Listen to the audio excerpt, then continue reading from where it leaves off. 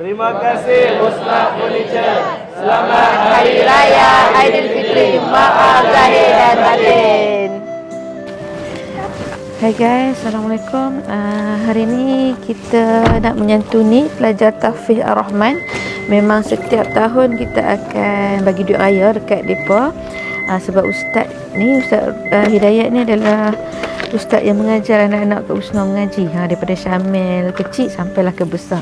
Alhamdulillah. So daripada di sini dalam lebih kurang 40 orang.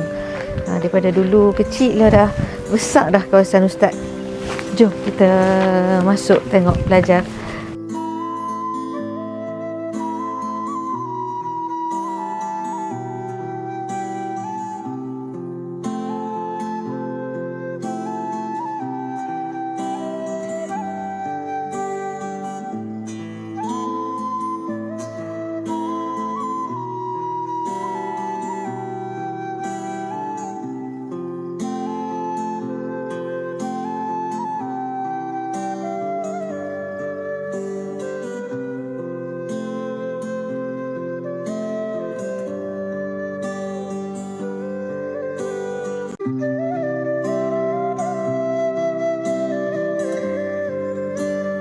Jadi salah satu cara untuk kita nak bermanfaat kepada orang ni, mungkin adik-adik nanti dengan mungkin mengajar Al-Quran, mengajar hadis atau mengajar apa-apa, itu adalah kelebihan masing-masing.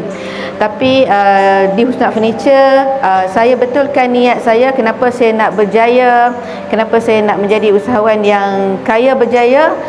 Jauh lagi perjalanan, tapi adalah untuk salah satunya untuk menjadi manusia yang bermanfaat kepada orang.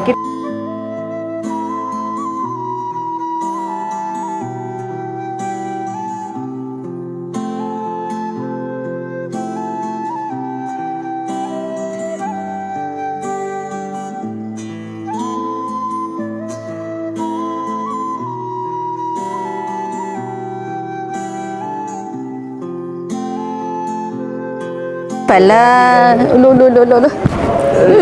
Cakap apa? Sedih. tak apalah, hafal. Nangis. Ya ke?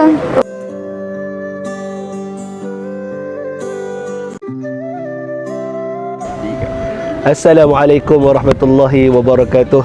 Alhamdulillah wassalatu wassalamu ala Rasulillah wa ala alihi wasahbihi wa man wala.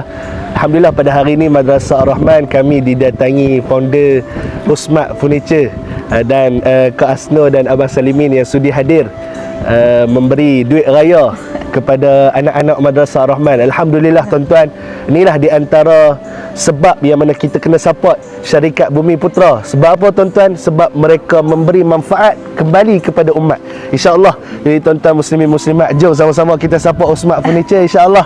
Sambil-sambil itu saya pun mewakili Madrasah Ar-Rahman ucap jutaan terima kasih kepada Kak Asno, Abang Salimin dan seluruh tim Husmat, dan kami berdoakan moga-moga Allah Subhanahu Wa Taala murahkan rezeki seluruh tim Husmat Furniture dan Allah berikan kejayaan dalam perniagaan Kak Asno, Abang Salimin, khususnya tim Husmat Furniture, insya-Allah. Selamat Hari Raya Aidilfitri. Maaf